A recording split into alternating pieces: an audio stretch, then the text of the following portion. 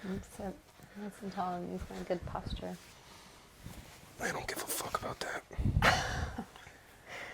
Someday it'll matter.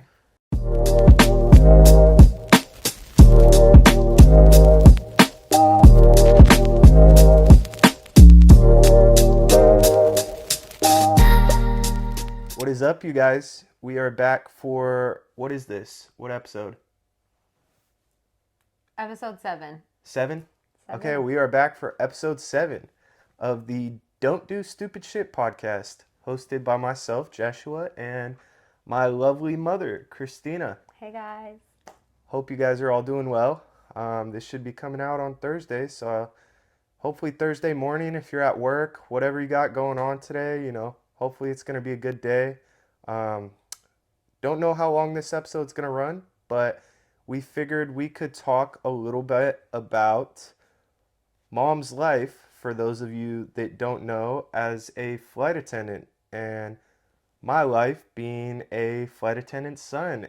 Some of the funny stories, experiences, maybe some of the questions that come up in my mind I haven't asked before, some of the cool benefits and perks of her job, and yeah. Can they see you under there? I think so. Okay, I just want to make sure they can see If you. you guys are listening, I'm wearing a hat right now, so she was just messing with my head, which I'm going to keep the hat on. I might flip it around at some point, but yeah, I think they can see me. Let me know in the comments if you can see me, if you're watching this. I'm pretty sure they can, but I hope so. anyways, how's your week been, Mom? It's been good, Jesh. Yeah? Yeah. Yeah. What you been up to? Oh God. Actually, I didn't know what you've been up to for the most part. Just life in general. Just life? Yeah, I mean, I was supposed to be in Maui this weekend. Oh yeah, you called out, huh? I called out. I wasn't feeling super good, so I don't call out a lot, but I just decided I wasn't going to fly. Because I was feeling like I was getting sick, and I don't want to get sick. So. Yeah, I hope you don't or didn't get me sick. I am going to Arizona tomorrow for Super Bowl weekend, and that would really fucking suck to be sick. So. Are you feeling like you're getting sick? No. No. But. Then you're fine. If I end up sick tomorrow or Wednesday, I know who did it. Yes, you do. I know who done it. I know. You will. I think you'll be fine. I think I just was worn down and feeling a little tired. Yeah. So. Word. Yeah. Well, let's talk a little bit about how things started. How'd you end up becoming a flight attendant? With my job? Yeah. Okay. Well, this might be the boringest part of this whole conversation, but we'll try. I worked at Pottery Barn. I had my mom job, which got me out of the house nights and some weekends. Mm-hmm. And a flight attendant came in there, and I was helping her, and I asked her some questions about her job. I said it's always sounded like a really cool job, and when I was 10, I wanted to be a pilot super bad. That was my dream, and of course I didn't do it, but I thought being a flight attendant could be a cool idea, and I was talking to her about it, and she said, hey, we're hiring, so if you're interested, she was like, they would hire you. And I was like, why do you think that? And she goes, I could just tell your personality, they would hire you. So I looked into it a little bit, came home, talked to Jesh's dad about it, and he was super supportive and said, yeah, I mean, check it out, look online, make sure it's something you want to do, and if you do, apply, and if it works out, great, and if you get in and you hate it, you can quit. And so we thought we'd give it a go.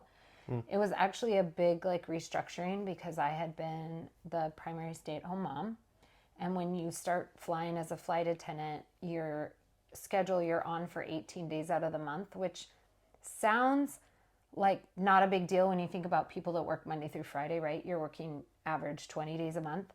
But when we're working 18 days a month, we're literally gone out of the state. for the Yeah. most part. So when you think about that, like there's no getting off at 5. There's Coming no home to the family and yeah, there's no doing laundry on weeknights, mm-hmm. going to doctor's appointments, seeing games. Yeah. You're gone.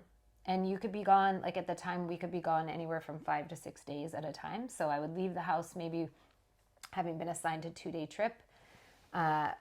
And then I would come back into my base at the end of that 2-day trip, and they could tag me and send me out for however many more days I was good. So they could send me back out on another 2-day or a 3-day or a 4-day trip. So there was times I left the house and didn't know if I would be coming home the next day, or sometimes we do what's called airport standby, where you basically sit at the airport waiting to get called. And those days, there was times when I thought, okay, maybe I'll be home tonight. And if I got called out on a 4-day trip, that would be it. So I would be gone for the next 4 days. Yeah. Yeah, so that's kind of how it all started. I threw my application in, got hired in it actually applied and got hired in a 7-day window, which at the time was taking several months for most people. Mm-hmm. So it felt like it was a real good indicator that it was a good thing for us to give a shot, try it out. Yeah, didn't you talk about it a little in the last episode too, like the medical side and all of that? Yeah, so I had MS and had been diagnosed with it in 2006, and through a crazy turn of events, I lost my insurance right after I was diagnosed. And at the time, you couldn't get individual personal insurance. And Joshua's dad had started the business that he runs, and so we didn't have the ability to get insurance. So the only way for me to be insured at the time, the pre-Obamacare, was if I could go and work a job that provided insurance, and part-time jobs didn't do that. And I couldn't go work full-time because I was still a mom, plus my health wasn't always consistent. Mm-hmm. And flying as a flight attendant is a full-time job, but it has a lot of flexibilities, so you can work it in a part-time way. Mm-hmm. You can work less flights or more flights. It's kind of complicated. It's got some cool benefits too. It does, yeah. One of the coolest benefits is the flight benefits, which you're taking advantage of tomorrow. Oh yeah, I am. Oh yeah, baby. Taking advantage of those flight benefits. I gotta get back into school if I want to keep those though. Yeah, you And do this year. You gotta ante back up. You I just gotta finished I gotta schooling at go. the end of this last year, and now you Yeah, gotta be in school again somewhere this year. I gotta go to flight school or do something. I want to keep those benefits, that's for sure. I mean, Yeah. that was definitely one of the cooler parts of your job growing up, like when you guys would take us places. They got to take us, me and my sister, to some pretty cool spots. What was your Been, favorite that we went to? uh, it's a good one, but I gotta say, honestly, like one of my favorite trips was my senior trip. They took me Yeah, to that was a good one for sure. Germany and Poland and Austria. Austria, Czech Republic, right? It was Yeah, those four. yeah. And I was a huge World War II nerd growing up.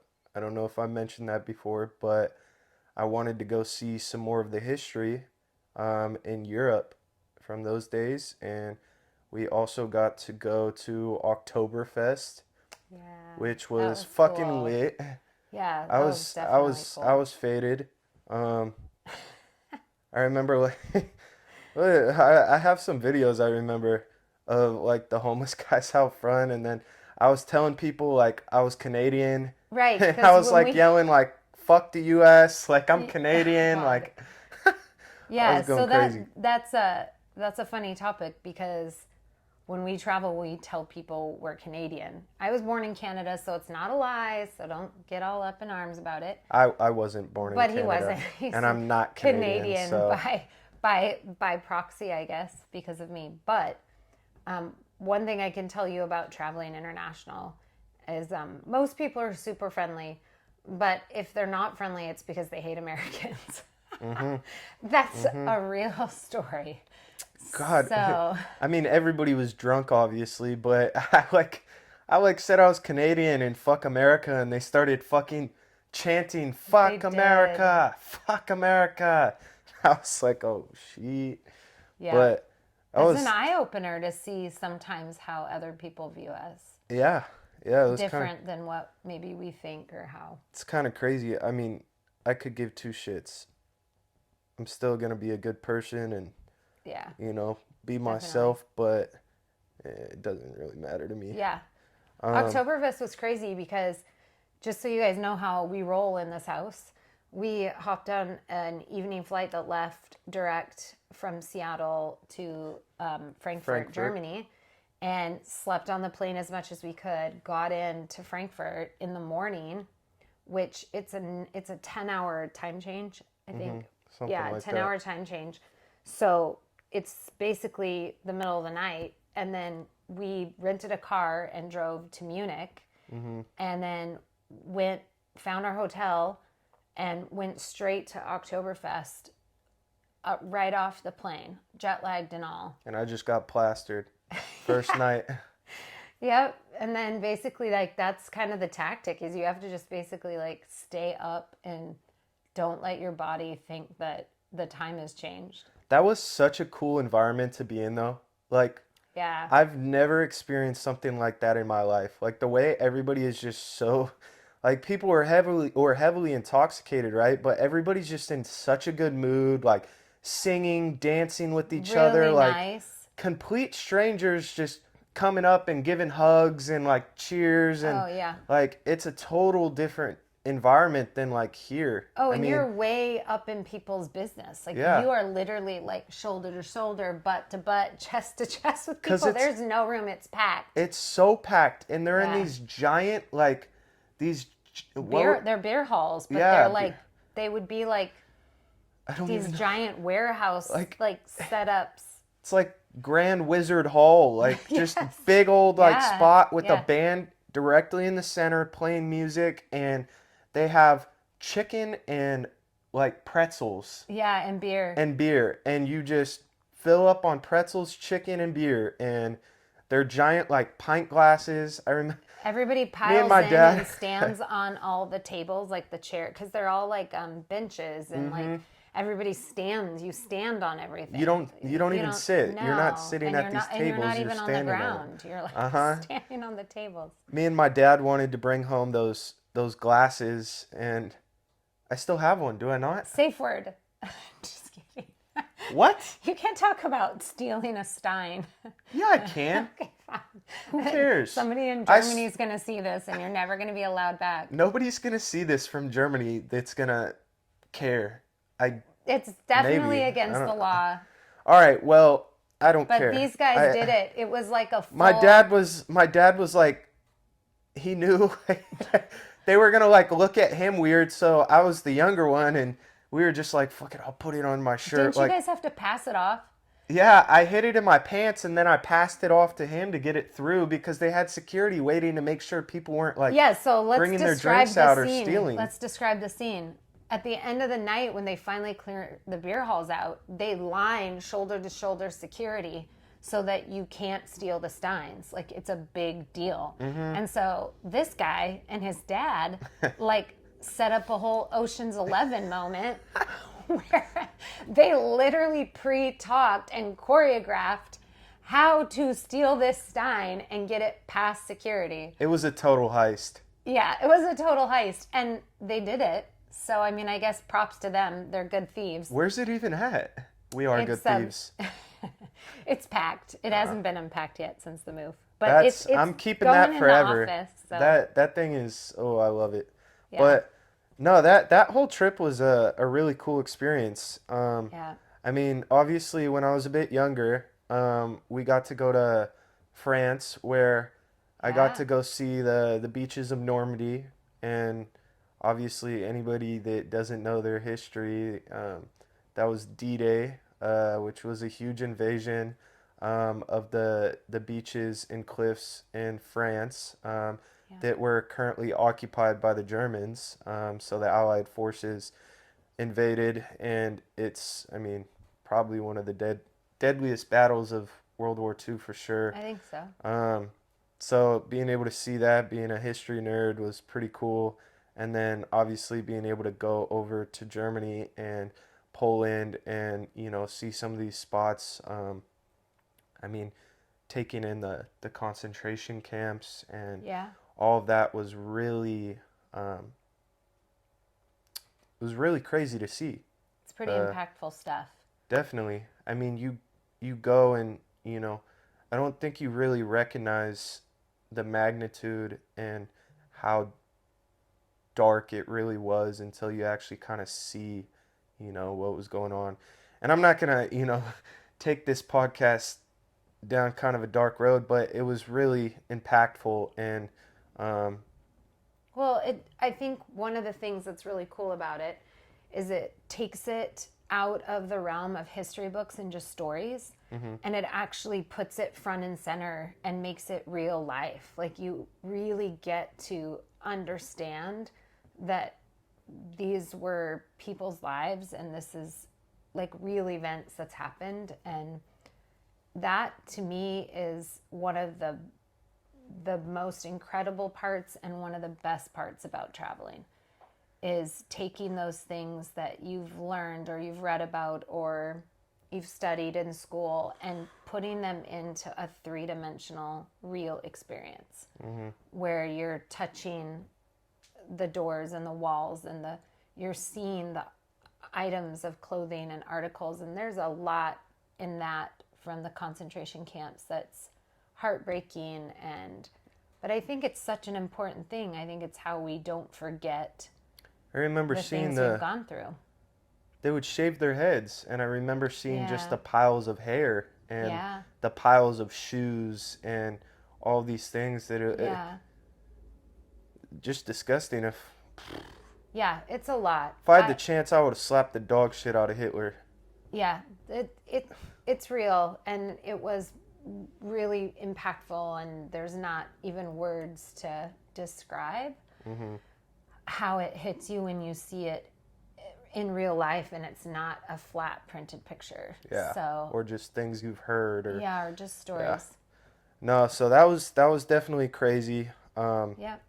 But the rest of Good the one. trip was just a blast. I mean, from driving countryside to going up to the Alps to, Oktoberfest, all of it. It was a Yeah. great time. So I definitely rank that up towards the top of my travel experiences. That and my trip to the Super Bowl with Dad That was to a good see the one. Seahawks beat the Broncos in 2013. That was really cool. That was my first experience in New York on the Yeah. East Coast, even, I think, really.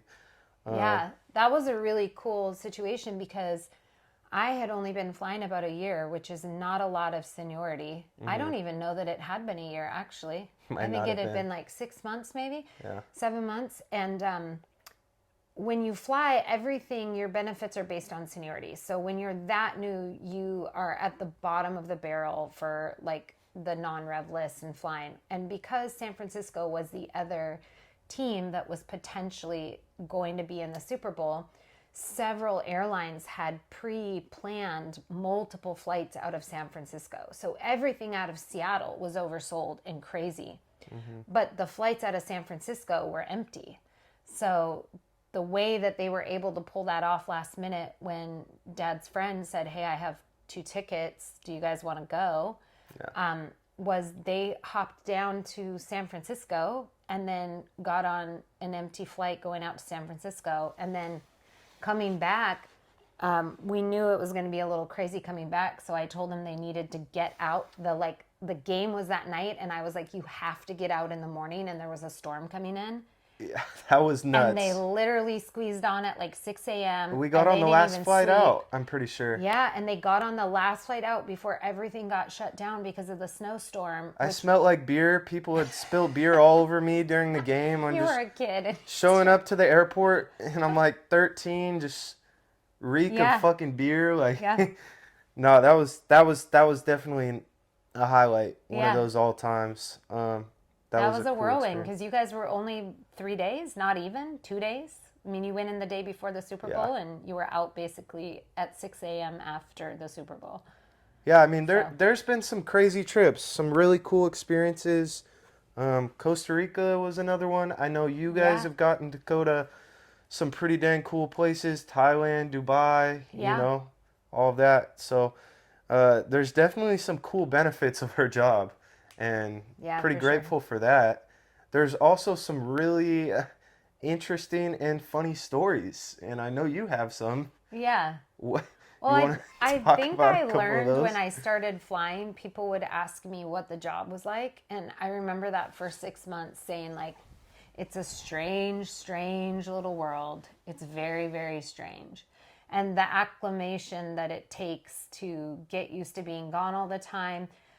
A lot of people will get on an aircraft and you'll see your flight crew and you'll think, oh God, these people must fly together all the time and be friends. And the reality is I literally met them 10 minutes before you get on the plane, and I probably won't see them again after the trip that I'm on. And you learn to connect with people and be close to people really, really quickly because you're always being introduced to new people. So unlike a traditional job where you go to the office and you have the same coworkers and you build these like long friends and relationships and things like that, when you're a flight attendant, you don't have time for that. Like you might never see this person again, and so you very quickly connect with people, and these are the people that you're going to go out to dinner with that night.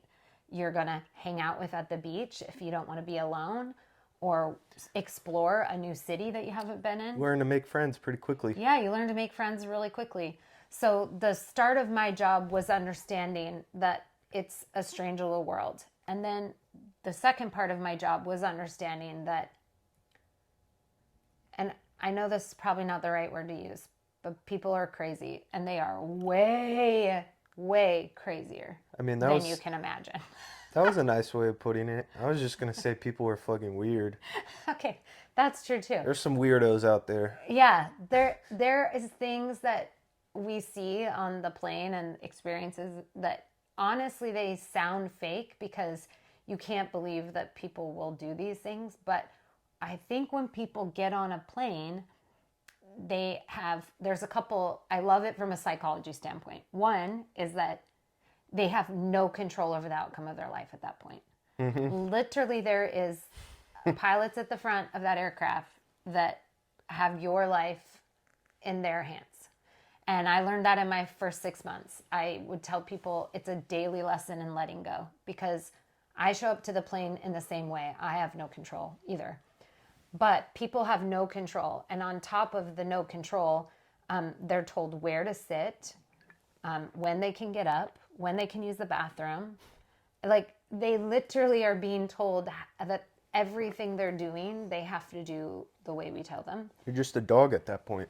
I mean, you're at the mercy of a lot. And I think that in of itself brings out this thing in people that we're just none of us are used to. So people end up doing crazy stuff and behaving in ways that they would never behave on the ground. All right, you've explained it, so tell us some stories. Okay, some stories. We want stories. Well, let's see. I used to come home and you guys would say, okay, what happened this time? So I'm trying to think of some of the good ones. What about the one of the guy getting up on the cart? Okay, so not a flight of mine, but definitely a legendary story. It was somebody you knew, right? Yeah, I flew with the person that it happened to. So we have a first class, and in the first class, there's one flight attendant that serves during the course, and sometimes they get help from one of the other flight attendants in the back. But apparently, this passenger was unhappy with the first class service and didn't feel like they were getting what they deserved or that they were being treated the way they were supposed to. And so at the time, some of our flight attendants would bring a cart out into the aisle in the middle of our first class, and it's how they would serve like the dessert. They would pull it out of the cart and serve it right off of the cart.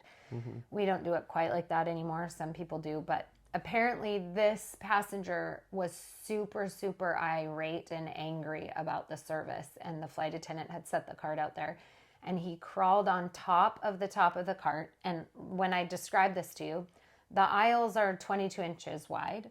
The carts are 18 inches. So just getting on top of the cart in and of itself is like a pretty, like you got to get him props for it because I don't know. It's a mission. I don't know if I could get up there very easily. But he got up on top of the top of the cart, and he pulled his pants down and he proceeded to shit on top of the cart. And he told her, "This is what I think of your service." Now that's some stupid shit right there. Legitimately. So he got arrested. Obviously, that didn't work out well for You him don't in say. the end. But the fact is I don't know that a person not locked in a metal tube at 35,000 feet would ever do that. Like, would you shit on the floor in a restaurant because you had bad service, or would you just get up and leave? People do crazy shit. That's what we're saying. Like, that's what you've told me. Like, people lose their goddamn minds on these flights when you're caged up in true. there for a couple hours. It's true. I Like, really think it's the caging that brings it out. yeah, Yeah. I don't know. That is Yeah, it's crazy pretty though. incredible. I mean, that's one of those stories that, although you weren't on the flight, that's like one of those Yeah. stories that I've always been Yeah. like, that's I actually have another nuts. one. So another girl I just flew with, and this is more recent, so maybe about a month, maybe 2 months ago. This girl I flew with, she told me this story about this summer. She flies with a friend. They're more senior, and by senior, I mean they've been doing this job a lot longer than me, so they get to bid schedules a lot of times where they'll get to fly with somebody they do know, unlike me where I fly with most people I don't. But so they carpool in together, and they always go to Chick-fil-A because they love the iced tea at Chick-fil-A with the ice. And when she tells the story, it's hilarious because she's like, don't come at me for the Chick-fil-A iced tea because I'm still going to get it.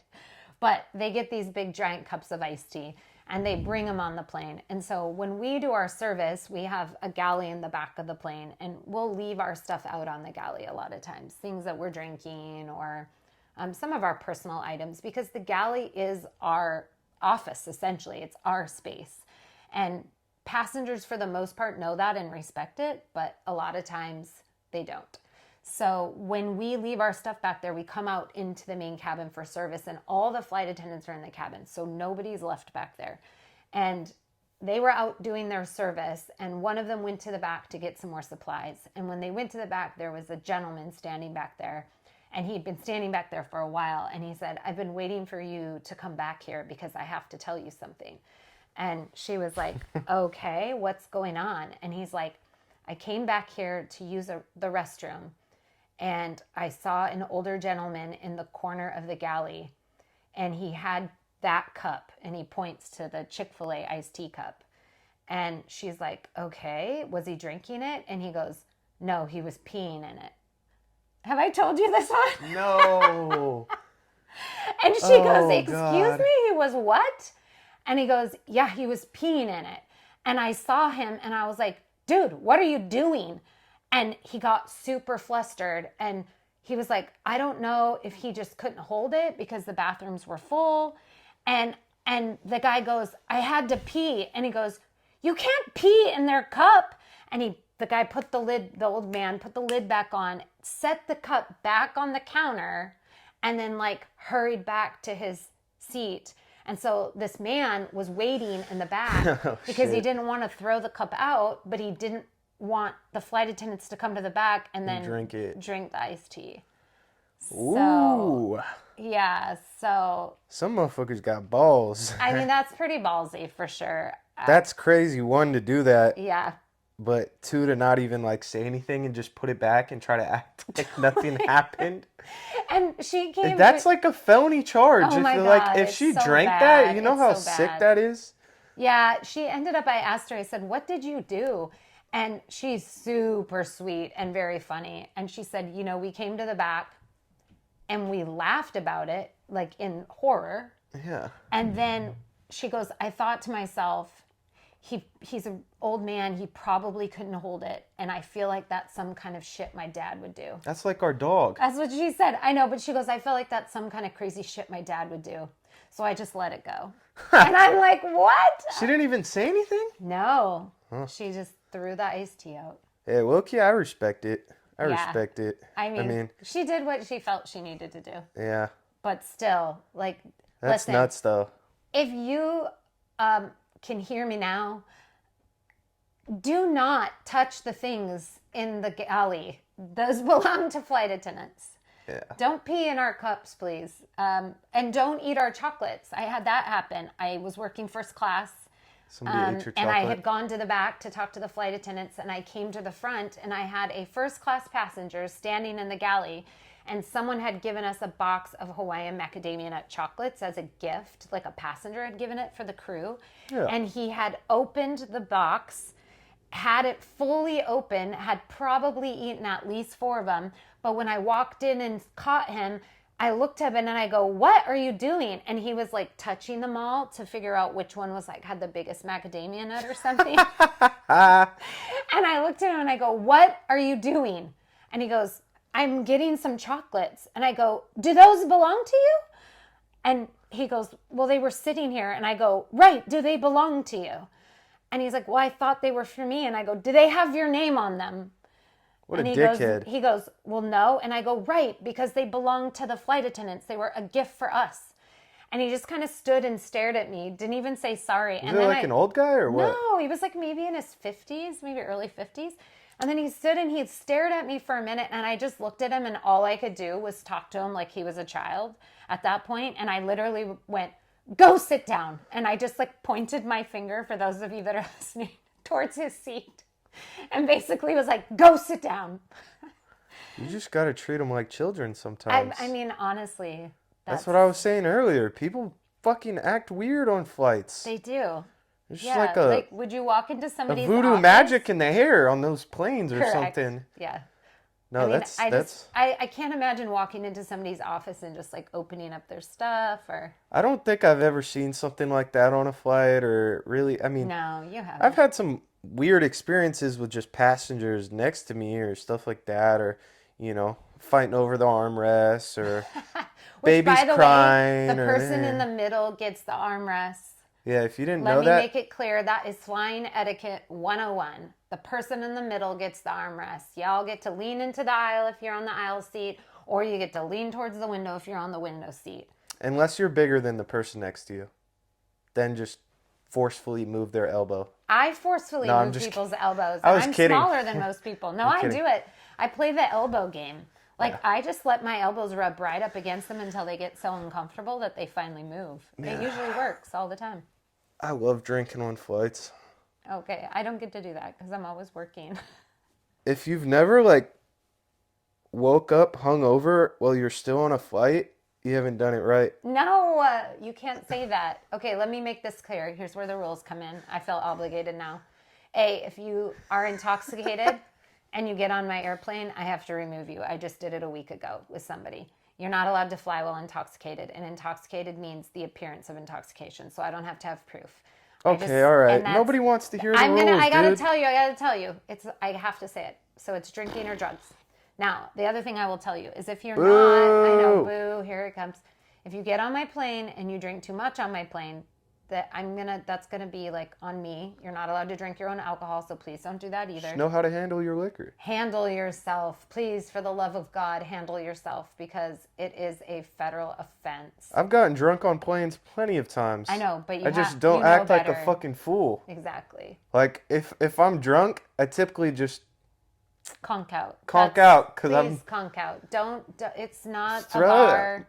I mean, this not a is how it should club. be on the flight for the most part, anyways. But if you're on a flight, I mean, obviously, if you're with people, you can have some conversation that's like inside voices or this and that.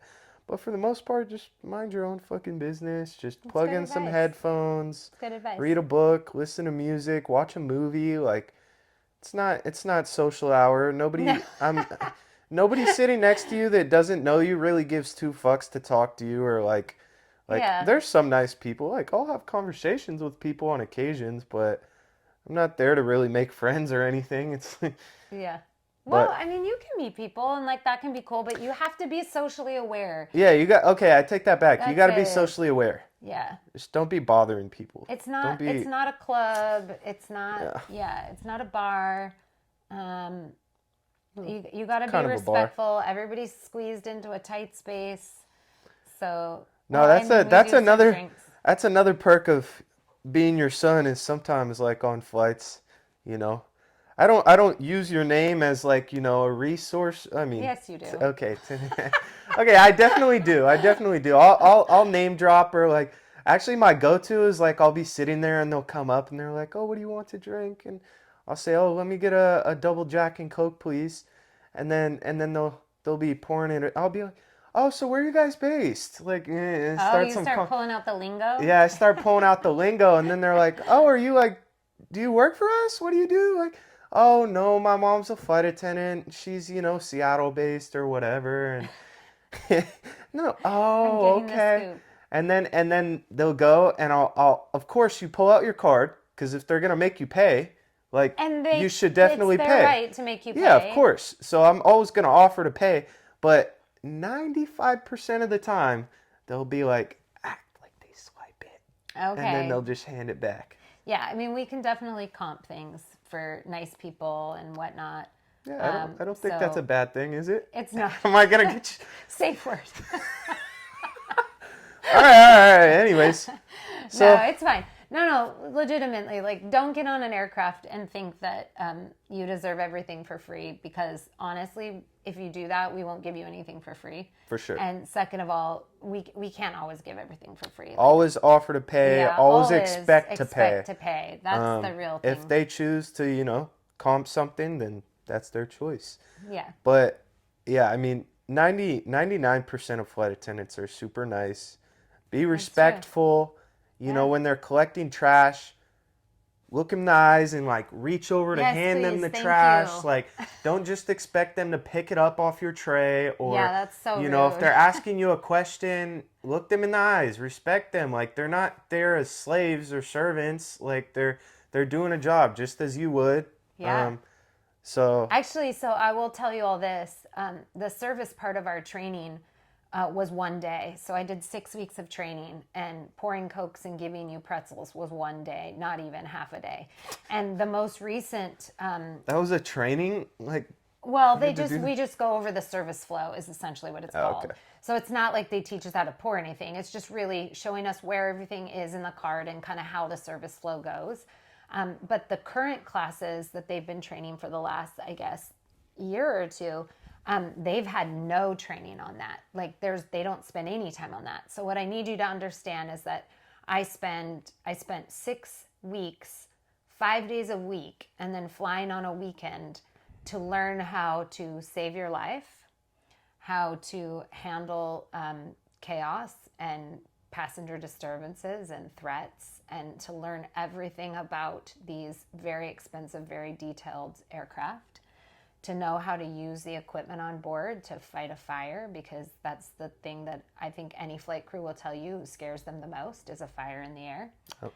There's no saving that. We can try. We have very limited resources. So these are the things we learned to do. We learned how to survive if we're stranded, all of these things. CPR, I have advanced medical CPR, so I can deliver a baby if I had to, like things like that. Yeah, contrary to what some people may believe, they're not just there to look pretty. Yes. They have a lot of training and knowledge. Yeah, I mean, it used to be that way. So, like, when flight sure. started, there's like a famous saying, like, coffee, tea, or me, which was kind of the whole idea. And they would hire flight attendants, stewardesses, that's what they were at the time. And there was very strict weight requirements, and you couldn't be married, you had to be single. And that should tell you something about the expectations. Actually, a lot of those older flight attendants, like even when I was with you in Hawaii, that Yes. one trip, like they would go to college sororities and like recruit these girls Yeah. to come work for the airline out of college. Yeah, they would send like automatic like hiring notices to cheerleaders, to any of the like Seattle Seafair princesses, any and the other bases, any kind of royalty from like the Miss USA type stuff, the pageants. That's what I was looking for, the pageant word. Yeah, I mean, they were looking for people that were, attractive and, had personalities that would be agreeable to, Yeah. being there to entertain to some degree. But a lot of that has changed over the years, and people have realized that the safety aspect of our job is really important. Yeah. And so we do far more of that on board. And the only reason why we really pour you guys' drinks, that airlines, if they didn't have to have us on the planes, if it wasn't mandated, they would have vending machines at the back of the aircraft. They have us pour you drinks and give you things because they have to have us on there. It's the law. Otherwise, if they didn't, it would be a self-service situation. I can almost guarantee it. Oh my God, that would be a shit show. It If would there was be. no flight attendants, just imagine. That'd be chaotic. Yeah. But yeah, well, I think we should wrap it up here. Yeah. Yeah, is that it? That's Yeah, all we want to I talk think about? so. I think so. Are we missing I guess I'm calling a anything? shot here, but You're calling a shot. We I- don't even know how long it's been. I feel like it's been long enough. Long enough. I feel like it's been long enough. Well, there's some fun stories about flight attendant life. There are, and I mean, hopefully you And- guys learned a little something about us. Hopefully you learned a Yeah. little something about flight attendants and the airlines. Definitely some Yeah. cool perks, cool stories that come along with that lifestyle. Yeah. There's a And- lot that goes into it. The job is really, really great, and the perks can be awesome. And if you have a specific question, if there's something you've been dying to know, Yeah. put it in the comments, and I'll answer your biggest questions. Like if you want to know about the Mile High Club, what I can tell you is those bathrooms will give you a disease all by themselves. So And they're really small. I've tried. you might want to rethink that goal if that's one of your goals. Yeah. But anyway, drop a comment and Yeah, I'll if I'll you guys wanna answer hear- your crazy requests. And that goes for anything about us or the podcast, or if you want to know anything or you have anything, like drop a comment like she said, and we'll answer it at the beginning of the next episode. Hopefully you guys enjoyed this episode. Yeah. I enjoyed this one. It was fun talking about some of Yeah, this. So it's fun. drop a like, make sure to subscribe or hit that follow on Spotify and Apple. 5 stars, baby. 5 Yes, stars. That's how we please. start moving up, you know? Yeah. We have And then some we big can goals get with the some podcast. guests so you can stop just listening to us. Yeah. I know you want to listen to us though. Yeah. No. Well, I mean, we are pretty cool. But yeah, that's it for today. That's so it, you guys. I hope enjoy you the rest of enjoyed your it. day, guys. Hope you got some and laughs. we will see you next week. Yeah. Deuce. Peace.